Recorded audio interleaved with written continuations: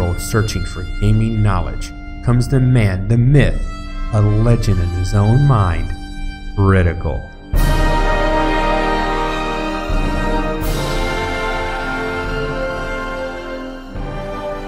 Welcome back, guys and gals, Critical here.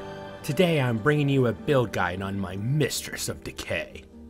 Alright, Serenity 2.0. Yeah, I know the name's not very original, but what you gonna do? I'm currently got her as a level 67 Lich. 67, I'll explain why I went that far into it. I was actually trying to push for 70.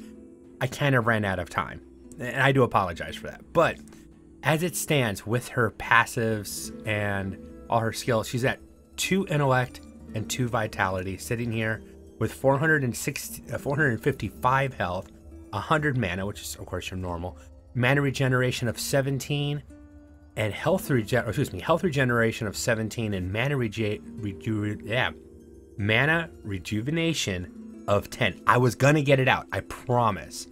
Now, I wanted to point those out while she had while she was naked, while she had nothing on, because just the skills alone, just my passives, my health regeneration is 17.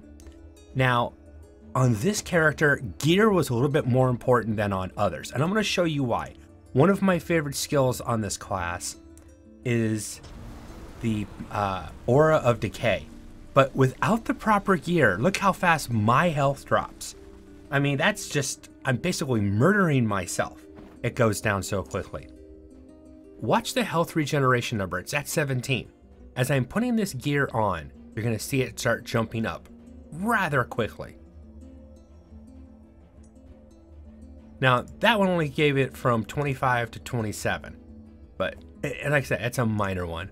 Now, another thing that's important on this character, poison protection. This necklace is very nice, not shattered yet, and I don't want to break it, but I'd love to get it up there a little bit more if I could. Now she's starting to fill out. I'm up to 40 health regeneration from 17.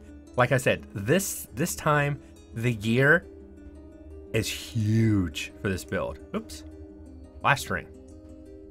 So I am all the way up to 69 health regeneration. And yes, I had to emphasize the fact that my health regeneration is at 69. I am a child, I will admit that. My mana is at 139, which actually is not too bad. My health jumps up to 555. My mana regeneration is 11. It's kind of on the low side. It's something I have to work with. And then, of course, my speed. Now, probably the biggest problem with my current gear is I have no lightning, cold, or fire resist whatsoever. That hurts. All right. This character does get into the middle of things sometimes, and those three really hurt. So I'd have to retool my gear to try to bring those protections in. That's a problem, but let's get to the actual build, because that's what you guys are here for, right? Let's talk passives.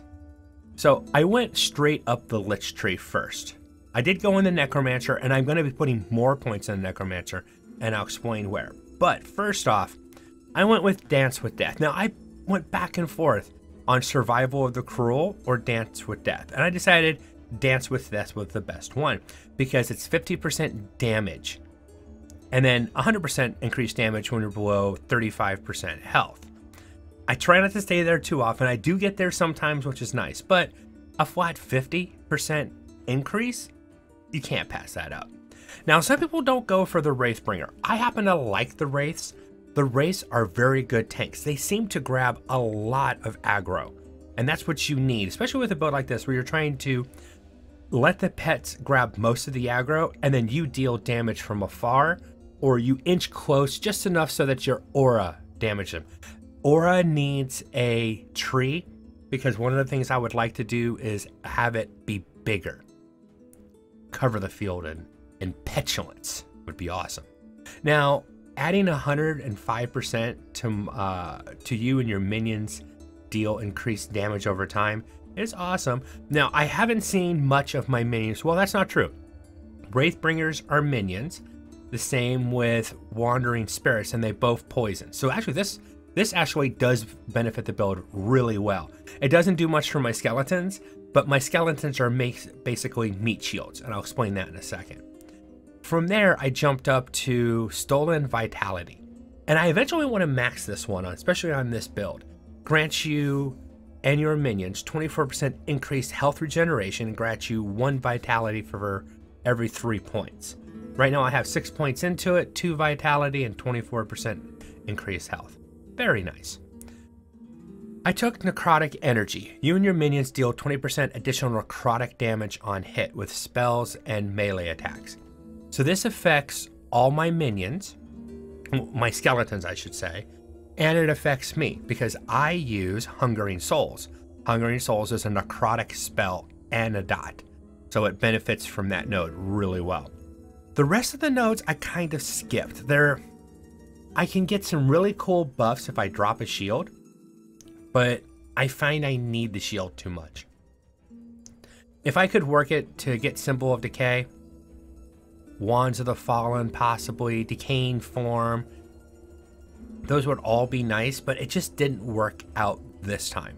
But Soul Maul is awesome. 20% of spell damage leached as health. So the only thing that I use that this actually works well with is my Hungering Souls, because it's a spell. This is poison, so it doesn't benefit from that. It doesn't say my minions, it's my 20% of spell damage. So for me, Hungering Souls is the only thing that I can leech with, but it leeches really well. Then I went into the Necromancer, and the Necromancer Bone Brewer grants 75% additional armor if you have used a potion in the last 4 seconds. Now, you guys know I don't like the unused potion skills. This case, it's actually pretty good, because most times I'm using a potion is when I'm running around trying to, summon a minion, and something's trying to hit me in the butt. So having some additional armor, very, very nice when that happens. And it gives me a flat 25 additional health. I'm not going to balk at 25 additional health. Cursed Blood. You and your minions deal 30% increased physical and necrotic damage. Once again, win-win. My skellies do more damage, and then my Hungering Souls does more damage. Like I said, win-win. I'm going to take it. Now, I've started putting points into this. You have 60% increased health regeneration if you used a minion skill in the past 4 seconds. I'm using minion skills all the time. Once again, huge amount of health regeneration. This character is all about soaking up that health from every source possible. This is important. The next skill that I'm going to go for is Wisp Weaver. When you use a minion skill, you have a 7% chance per allocated point to gain ward equal to the mana spent. I thought that was actually a pretty nice one, considering once again, every time I cast Wandering Spirits, it's a minion. Every time I'm casting Skeletons, it's a minion. So I'm doing that a lot. I might as well benefit from it. The Mark of Punishment looked pretty nice, but I'm marking myself. I guess I could drop that and put another skill here if I wanted, but this is nice, but not so nice that I would give up more mana, because I'm already pretty mana heavy, and this right here is only 7 mana. I can almost cast it without even thinking about it. Blood Armor is also very nice. You have 10% increased health regeneration per allocated point, and your minions regenerate 2 additional health per second per allocated point. This is one I'm probably going to dump a lot of points into. And then I'll probably come back over and fill out Dance with Death. There's a couple of, like I said, I want to fill out Stolen Vitality, and I wanted to put some points to get my intelligence and my spell damage up. But that's kind of down the road. Definitely distance down the road. Let's talk about the skills. Oops, sorry. All the wrong buttons. Now, I have Rip Blood here, but I'm not actually... There. I have Rip Blood here, but I'm not using it currently. It's the same with the Marrow Shards. I built these skills up to be fallbacks if I want to rebuild my Hungering Souls. The main skills that I'm using with this character right now that I'm using the trees on is Wandering Spirits, Hungering Souls, and of course, summon skeletons. Let's look at Wandering Spirits.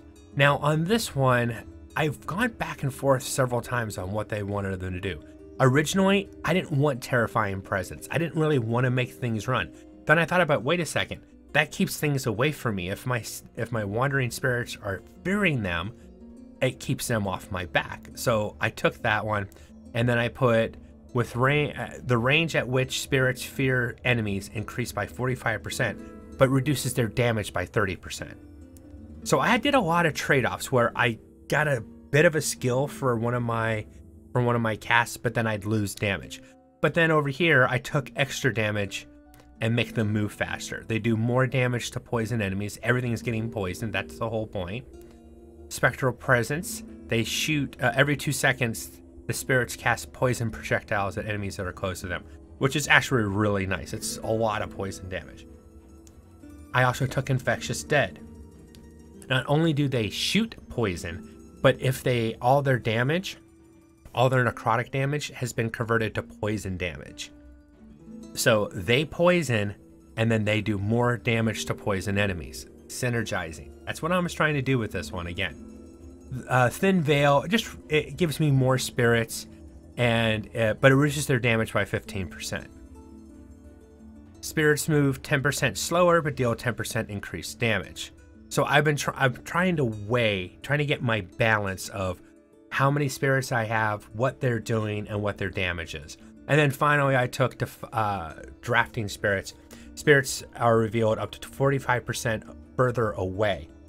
Now, it doesn't change the number, it's just that they're further away from me, which is really important because that's getting more damage out on the field. Hungering Souls. This one's actually going to be pretty quick. I tried several different renditions of Hungering Souls, and this is my favorite. 2 into Soul Swarm. More mana cost, but 4 additional souls. 2 points in Risen Cemetery. 40% chance to call forth 6 additional souls. Awesome. I took 7 out of 7 in Inspired Hunger. You deal increased damage over time for 5 seconds when you cast Hungering Souls. So I'm sitting there casting Hungering Souls at a big mob, and I've got my aura on them, which means I'm poisoning them. I'm doing damage over time. My weapon gives damage over time. No, not the one I have now. Unfortunately, that one broke, and it shattered horribly. But I had a weapon that had Ignite, so ignites a damage over time. I was stacking damage over time abilities. Inspired Hunger is awesome. Then went 15% chance to poison. That was just kind of a node to get to this node. Decaying Mind subtracts 8 from the mana cost and 40% additional chance to poison. That's a win-win. Okay, for the way I'm playing this build, win-win. Low mana cost, I can cast Hungering Souls continuously. Very nice. Now, the skeletons are a very interesting one. I went around and tried to take some nodes that buffed my skeletons, gave them some health. Once again, skeletons have 100% more health. Skeletons have 20% more attack speed. But that was kind of a jump node because I wanted to go to here. Iron Bones. Skeletons have 400 additional armor and deal 45% less damage. They're meat shields. They're literally walking meat shield. Well, they have no meat. They're bone shields. There you go. Now, this one's nice. Aegis of Death. When one of your skeletons dies, another one is healed to full health. So they're all fighting. I've got 5 skellies at any given time. One dies, and one of the other skeletons is completely healed to full life, keeping my tanks alive. I'm still casting them all the time, but they can sure tank really well. Keep them out of dots though. Army of Blood. Skeletons have 25 additional chance to cause bleeding with their physical abilities. So my skeletons are all physical skellies, so works perfect. I took Summon Skeletons can no longer summon skeleton mages. Now what I was trying to do is I want meat shields and not the casters. For me, the way I'm playing, I literally summon these skeletons into or on enemies that I want them to distract. The skeleton mages are more of a ranged style skelly. Same with the archer. So I didn't want any skeleton mages. It just didn't work for my build. All right.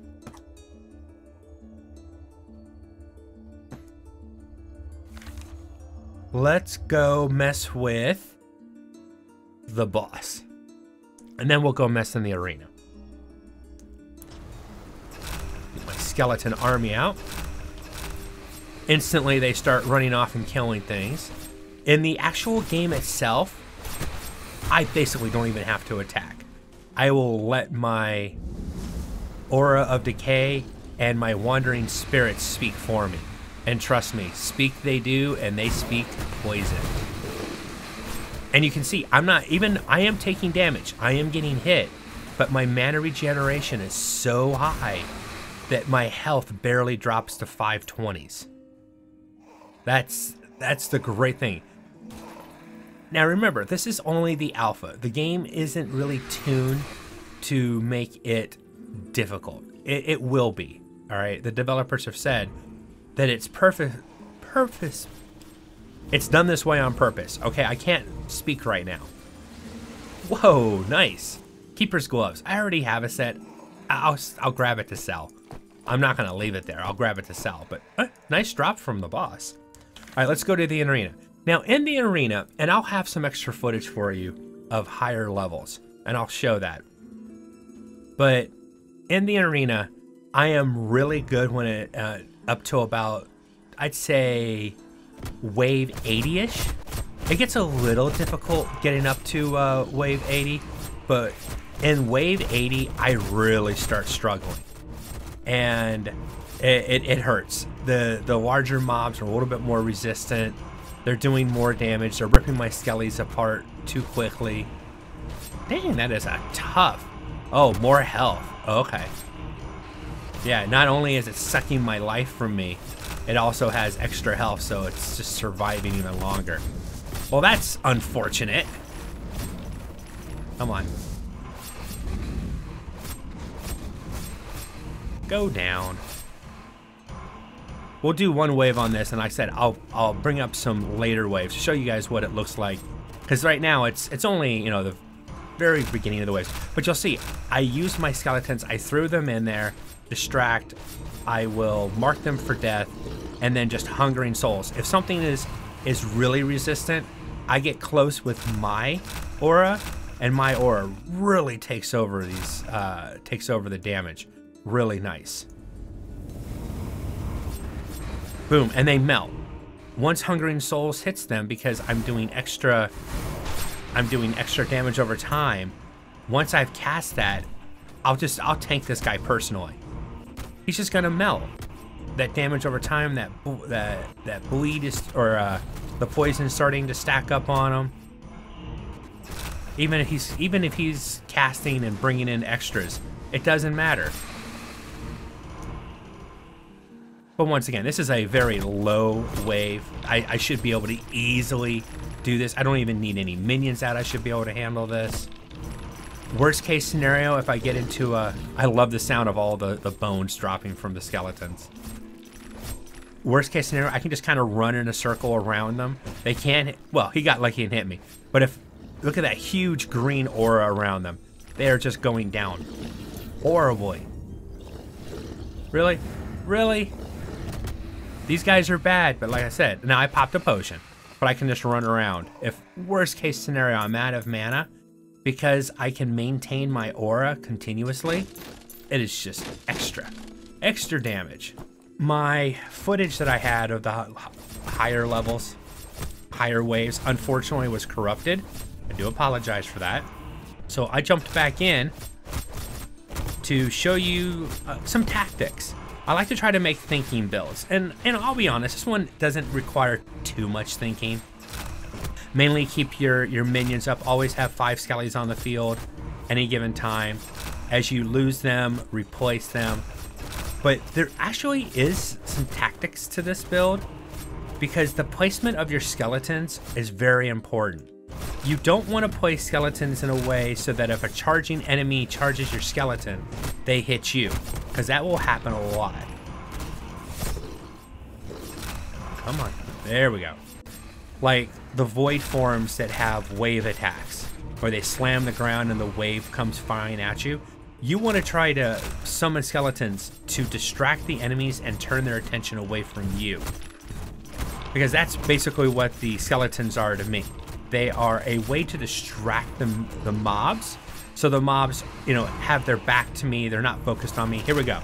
Void forms. I'm going to put all these, my skeletons, try to put them behind them so that they take control of the battlefield. This is one of those instances. Oh, yeah, I need to run. Now, my damage is doing good. I mean, all the poison I'm doing is doing a lot of damage to these guys. I just have to control the battlefield. Ouch. A little bit better than that. There we go. Chargers. Drop a couple, because those things hit too hard. Once a charger is close to you, I prefer to just stay in there and let them do that slow attack. It's the charge that does the most damage. Oh yeah. Burn you guys down quick. Here we go. This is the perfect one. Huge void form. I'm gonna drop skellies behind him, get his attention behind, and then move in for my poison to do the rest of the job. Always summoning skeletons, so he's faced away. His main attack is not toward me, but toward my skeletons that are behind him.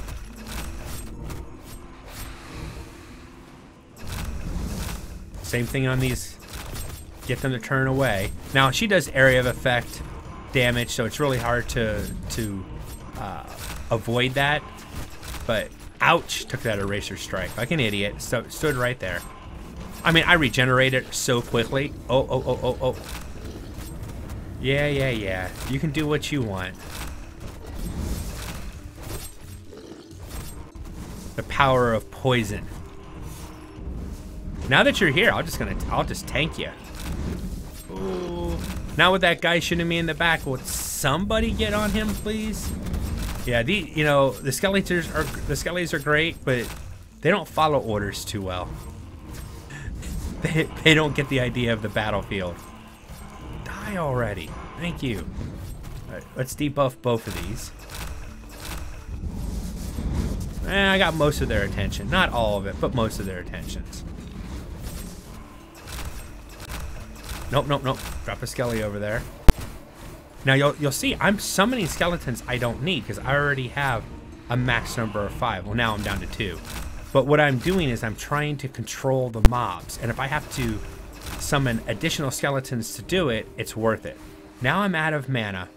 Now I'm to the point where I kind of need to run a little bit, drop a skelly over here, get the attention, and just run through the middle of them and let my poison do the talking, as it were.